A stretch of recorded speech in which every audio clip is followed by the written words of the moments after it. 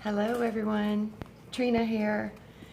And tonight, I just had some stuff on my mind, and I've been reading a book that has been mind blowing to me because it's resonating with so many of the things that I've been shown. And I'll show you guys the book.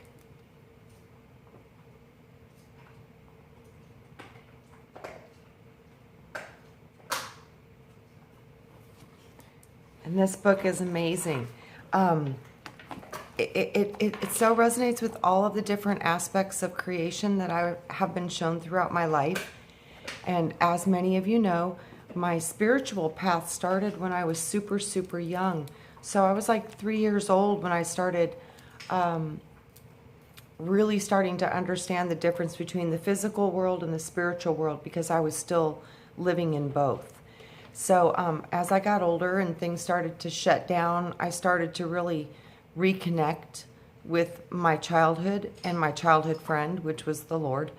And with that, I reclaimed my ability to be in both worlds at the same time, all the time. So that's how we were when we're kids. And it's kind of, I think, the place where we're going to be going back to.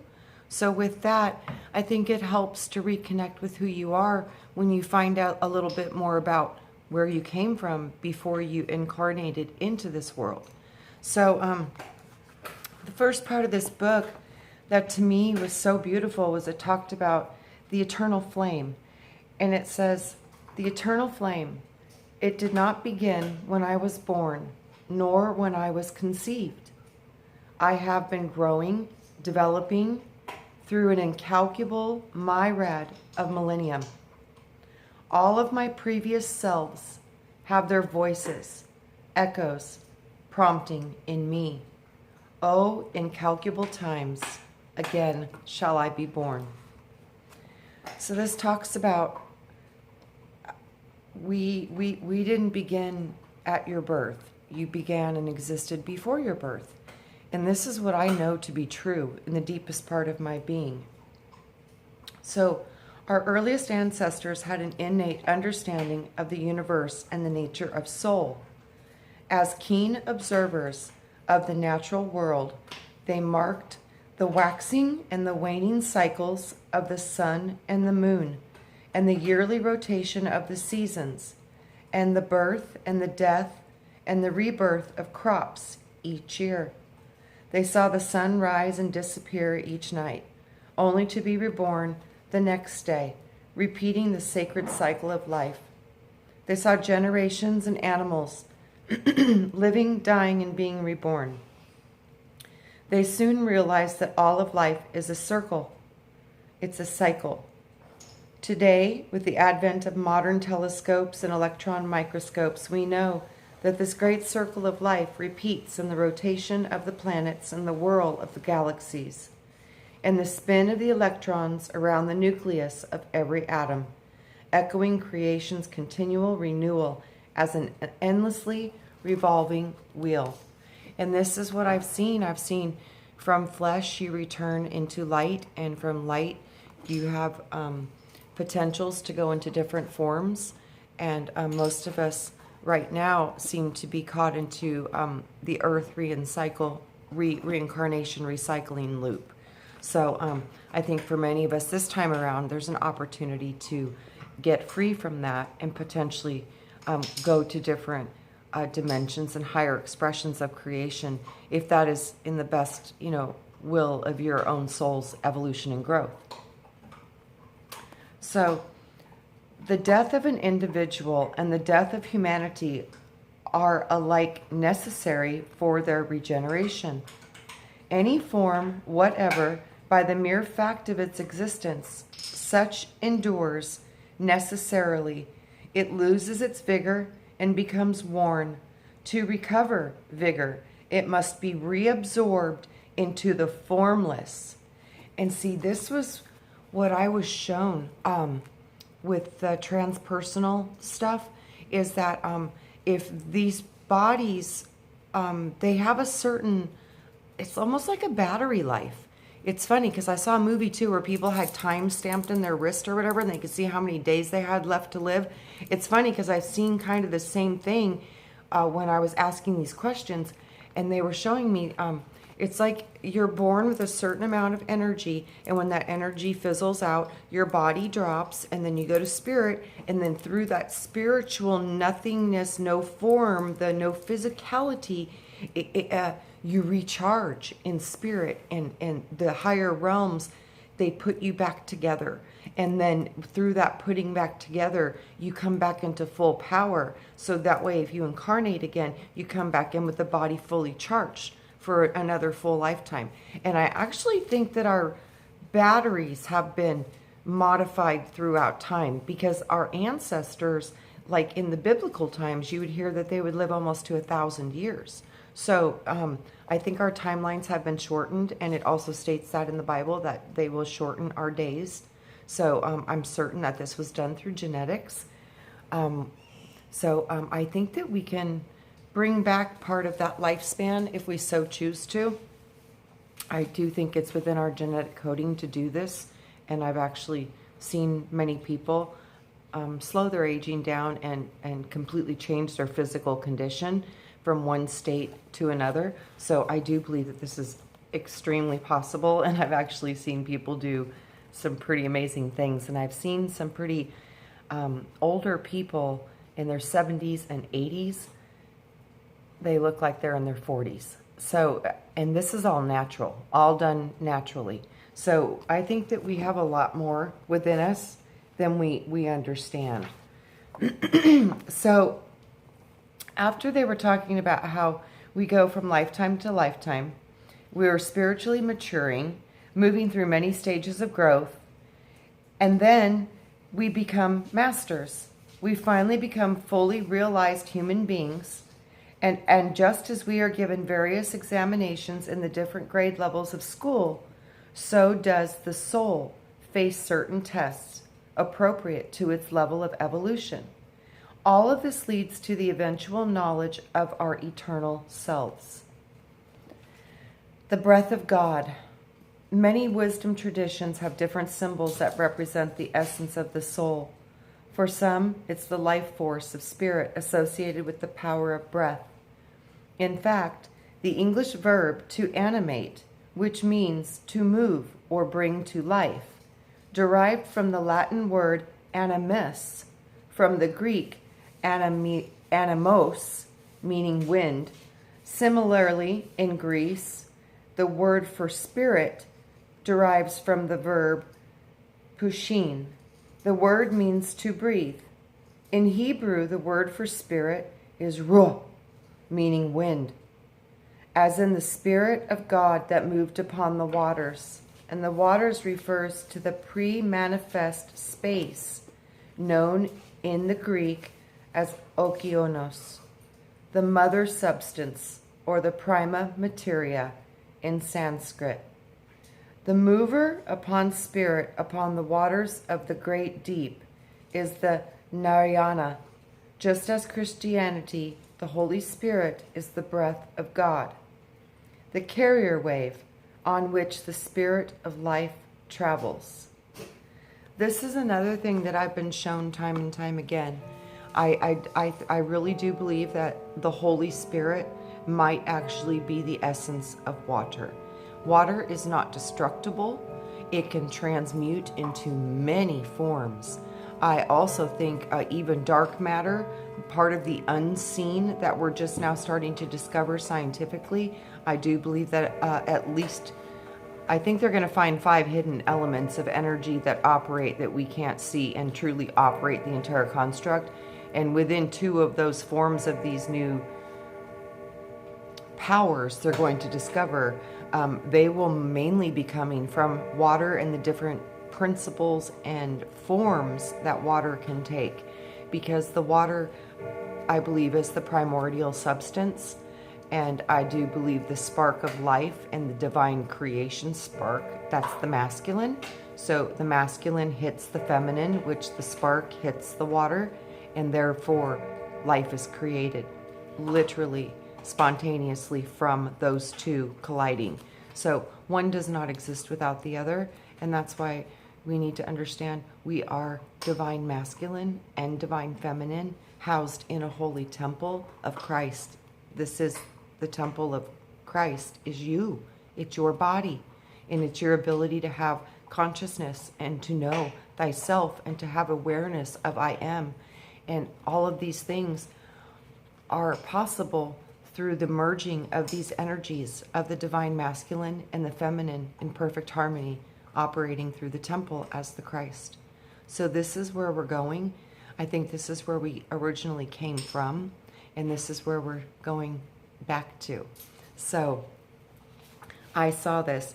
One of the first symbols for life that represents the mother and the father is the symbol of yin and yang, the polarity, the symbols of the soul. Some philosophers and mystics have conceived the soul as a single drop of water in the vastness of the great cosmic ocean. Each drop is unique and yet part of the essential source. This is how we're one. The source is a plenum of infinite intelligence that is sometimes referred to as the waters of life, the divine mother, the sacred womb, the cosmic ocean, or the unknowable An of the Hebrew wisdom. This is the eternal ocean of love and mercy from which all things are born and from which we, as shining drops of consciousness, are released into the many dimensions or worlds of form. Sages have also taught that the soul is a living flame, a spark born from the great central sun, and that's what I saw, a spark coming from the great central sun. So, just as our visible sun is the source of illumination in our world, so is the great central sun, is the light of the divine consciousness that is hidden behind the visible universe. And this is what I'm starting to understand now, is that our true sun, we can't see it. And I think our true moon, we can't see that either. So I have a feeling in the very near future, we're going to find out that this might be accurate, that the sun that we see in our sky and the moon that we see in our sky are completely artificial in their construct. And they are not organic, and they are not true for the true creative sun and moon that was created by the original creation point of this solar system. So, the great central sun being the great light of divine consciousness that is hidden behind the visible universe. That's what I see. This is a pure white fire of our true being, our angelic self that lies hidden behind everything else that we appear to be. The Egyptian scriptures teach that this is the flaming presence that lives inside every star, giving light to the universe, and hence the soul is an individual spark that becomes a flame, and it eventually is reunited with the supreme fire of the Creator itself. In the Hebrew alphabet, each of the 22 letters is composed of tiny flames, joined together in various combinations with the number of flames ranging from 1 to 4 with each letter. The Kabbalah, which teaches the esoteric path of Hebrew wisdom, says that these tiny flames are the very foundation of the universe itself. The Emerald Tablets, believed to have been written between the 6th and 8th century, and were attributed to the Egyptian god Thoth. It says the soul of a man is a divine fire, a flame cast forth from the great fire, yet still bound by the ether, coalesced around, yet ever it flames until last it is free. Lift up your flame from out of the darkness, and fly from the night, and ye shall be free. The pure white fire is fueled by the energy of the trifold flame of the heart, the flame that consists of the mother and the father, the divine blue energies and the rose energies, mingling and merging as one. The two produce the violet or the gold flame of our own being. So, this dance between these flames, I've seen this, and I've actually seen this as twins in a womb. So I've seen this in a couple different ways. So I do believe that there's some truth at the very deepest part of our being to this wisdom, that we come from the great central sun as a fire, a flame, a spark. And that spark is a star. And that star that's illuminating the skies is the star that's illuminating your body, because you're connected to one of those stars. So, as above, so below. So, the light that's within your heart is a light up in the heavens above somewhere. So, one of those is you. And I think that's beautiful and profound. And I do believe it's true, because I'm seeing as above, so below, as within, so without. And much of what we are is not seen. It's been hidden from us. So now we're going to start to find out more about what's really truly hidden inside of us and inside of our construct and inside of our solar system. So love, light, and sound. Okay, let's go back to the fire. Okay, so sometimes they celebrate symbolism and the sun of justice as the morning or the rising star, mystically in the mind, or as a light shining forth, unclouded, intelligibly. And sometimes they use images of things on earth, such as a fire flashing forth from a harmless flame, or water affording abundant life, symbolically flowing into a belly and gushing, perpetually overflowing rivers and streams.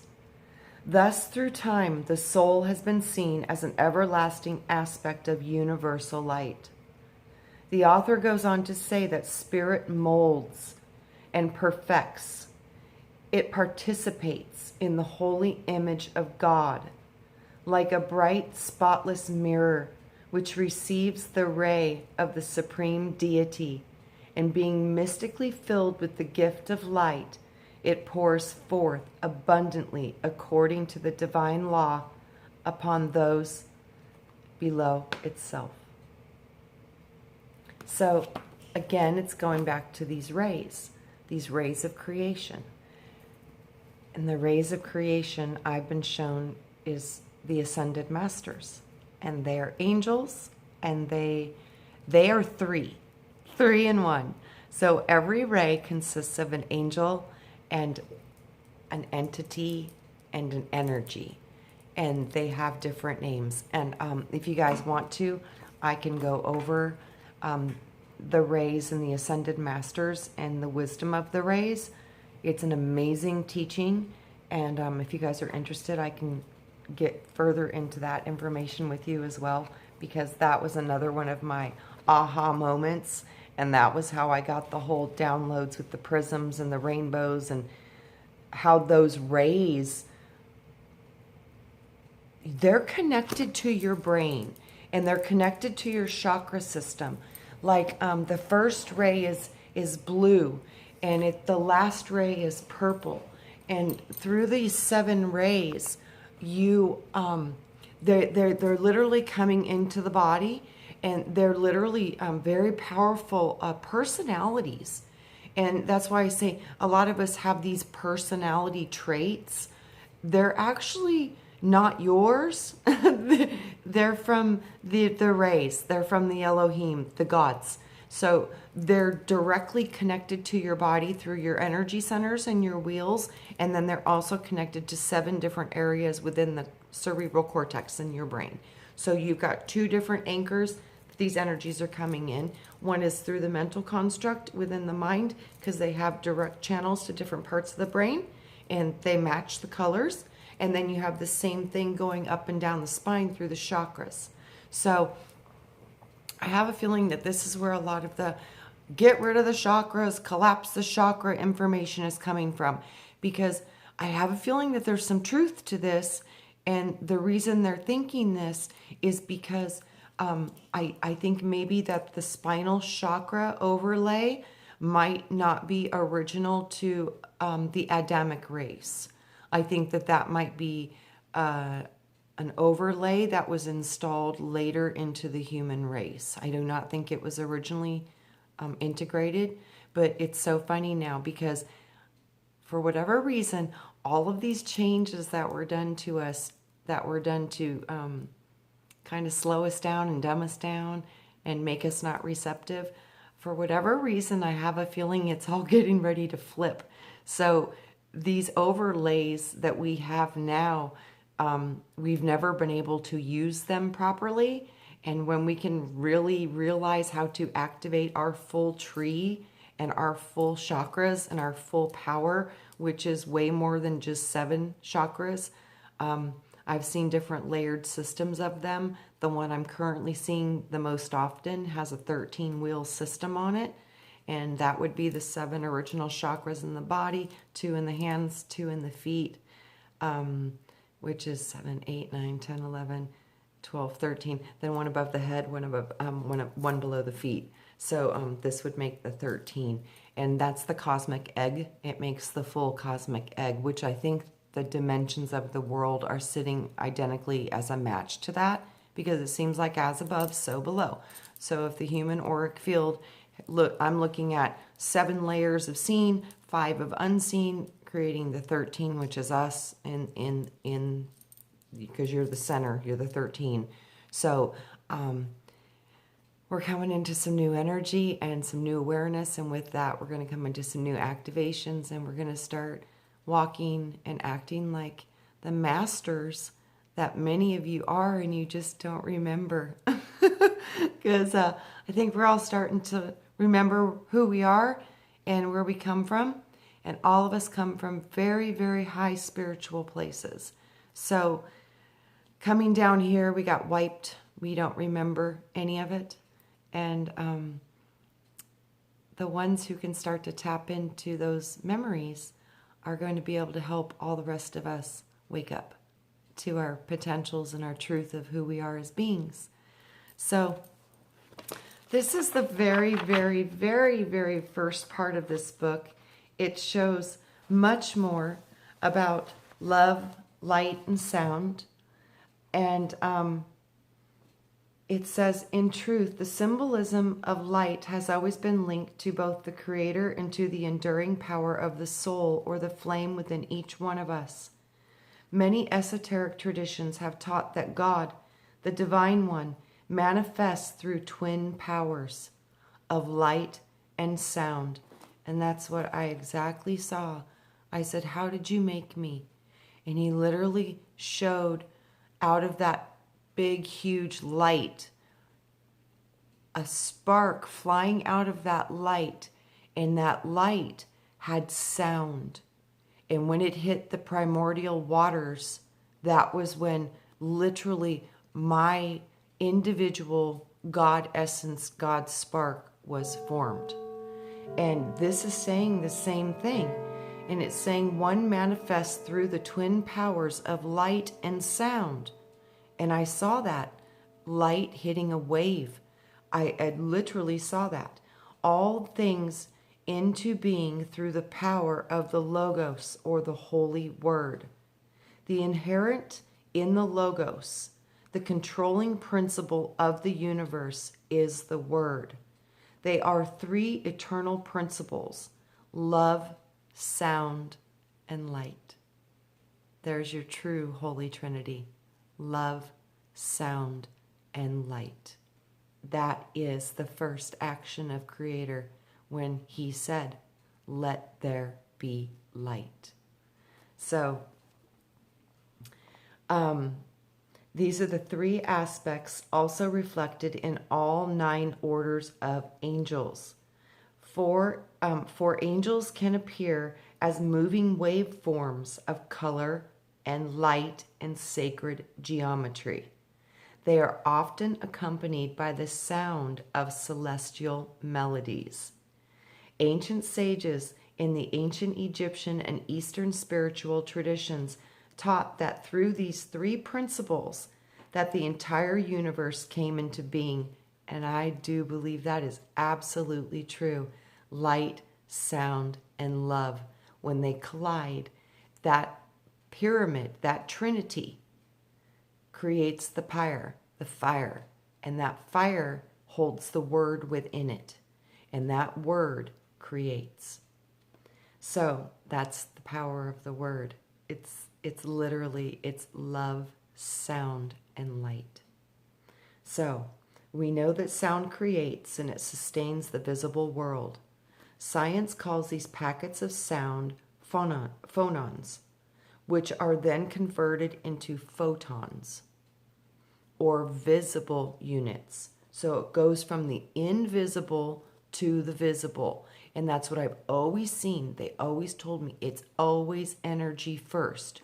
So the energetic creation is always created before the physical manifestation. So eventually, this becomes the foundation for all physical matter. Phonons turning into photons. In the Gospel of John 1:1 we read, "In the beginning was the Word."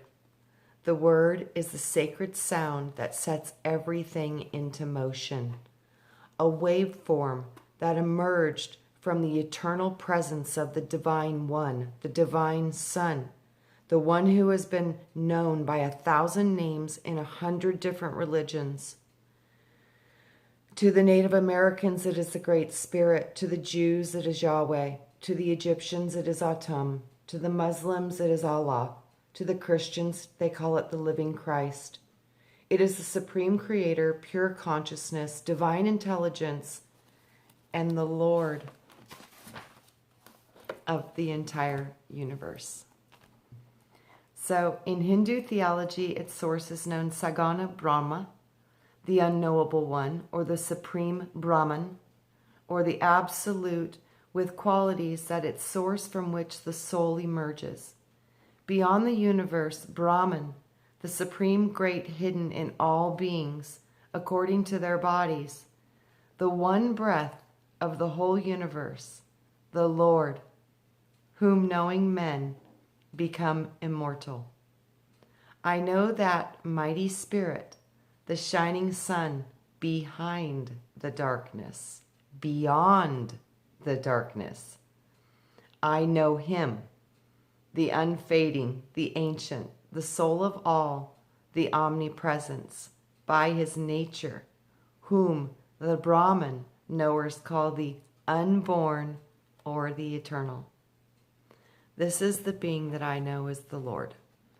And the Lord has many thought forms and tulpas running around, imitating, copying, and aspiring to instruct and trick and be just like he is.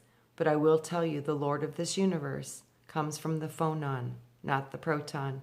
And he is his true essence is in the unseen, not visible realms of creation.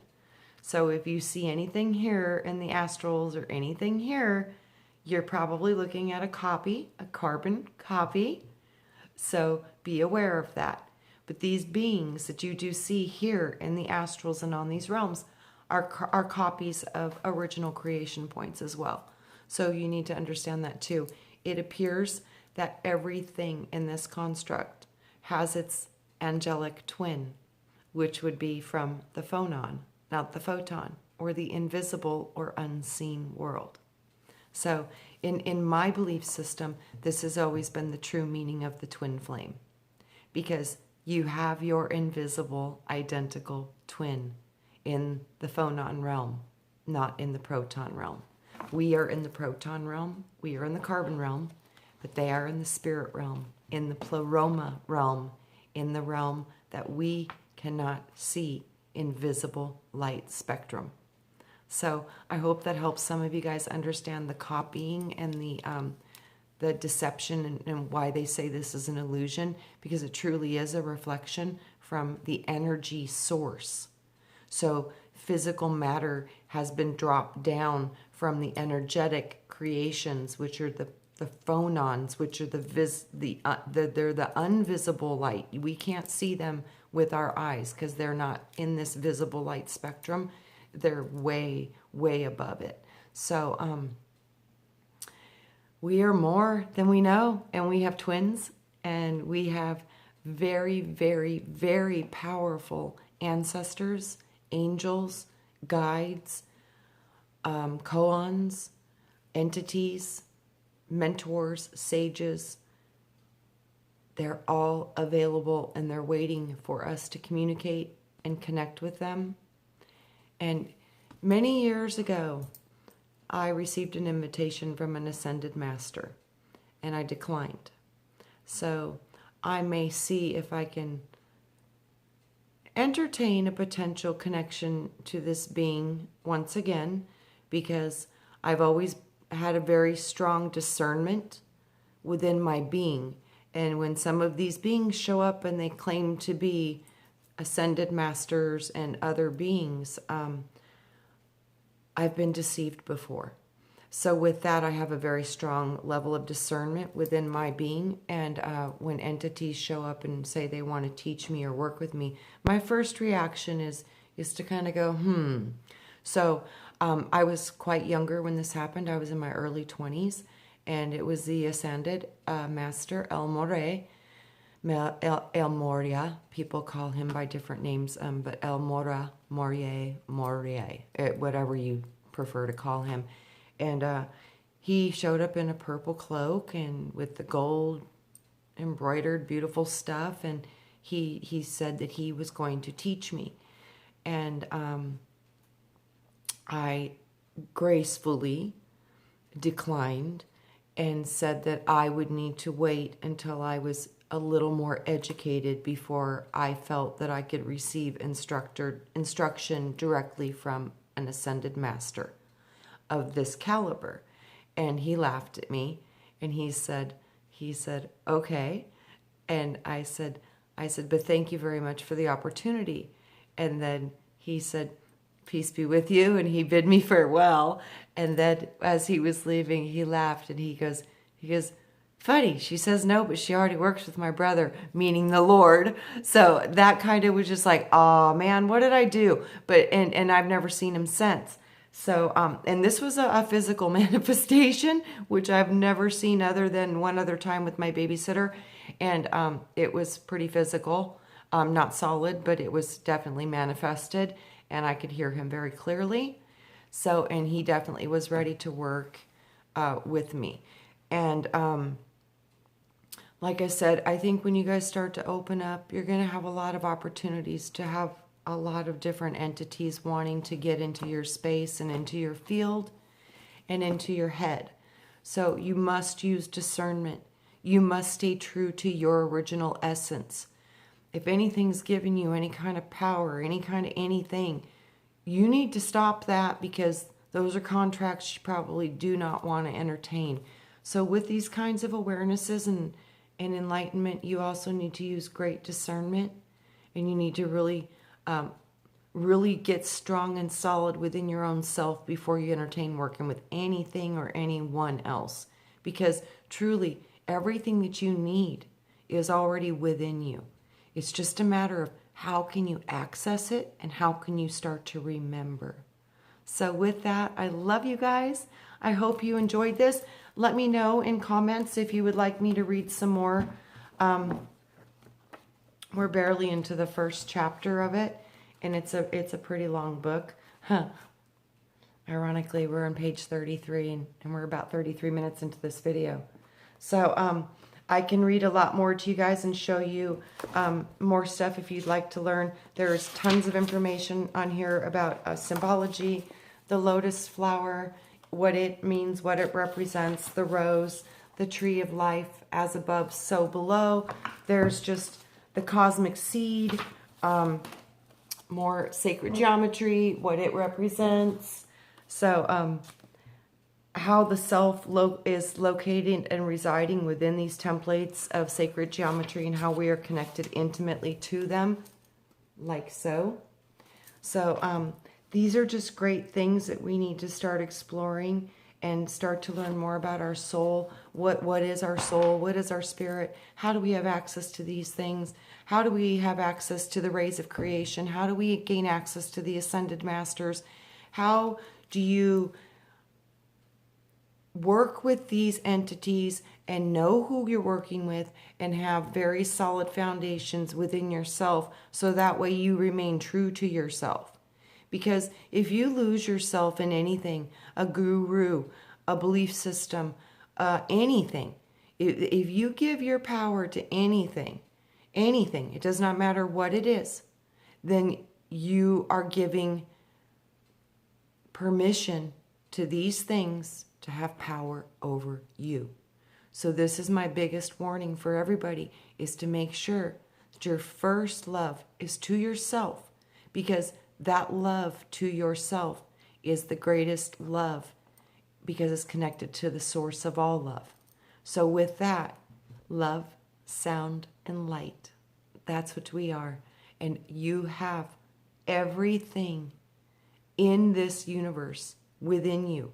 And you have all of the wisdom of all of the gods, all of the archons, all of it. You don't get to pick. You get all of it. It's all in there. That's why the division has to stop. The judgment has to stop. All of it has to stop. We have to start to unify, because the devil's in the details and the devil's in division. If we want to unify, then we become one. And when we become one, we become the energy known as love. And love is the strongest force in all of this universe. And when we can become love, we win. And when we become love, we defeat all of the insecurity, the division, the separation. We will truly start to embrace, as we've been taught by Christ himself, love each other as you would love yourself. Love your brother as you love yourself. Love your neighbor as you love yourself. Most of us don't even know our neighbors. And I really look at that and I wonder why. And part of it is I think that that's kind of been done on purpose. And I think with the development of this gift we call the internet and YouTube and these forums, we're finding our neighbors again through this means, because we're finding our tribe, the ones that we vibe with, the ones that we have similar thoughts, feelings, emotions, and goals.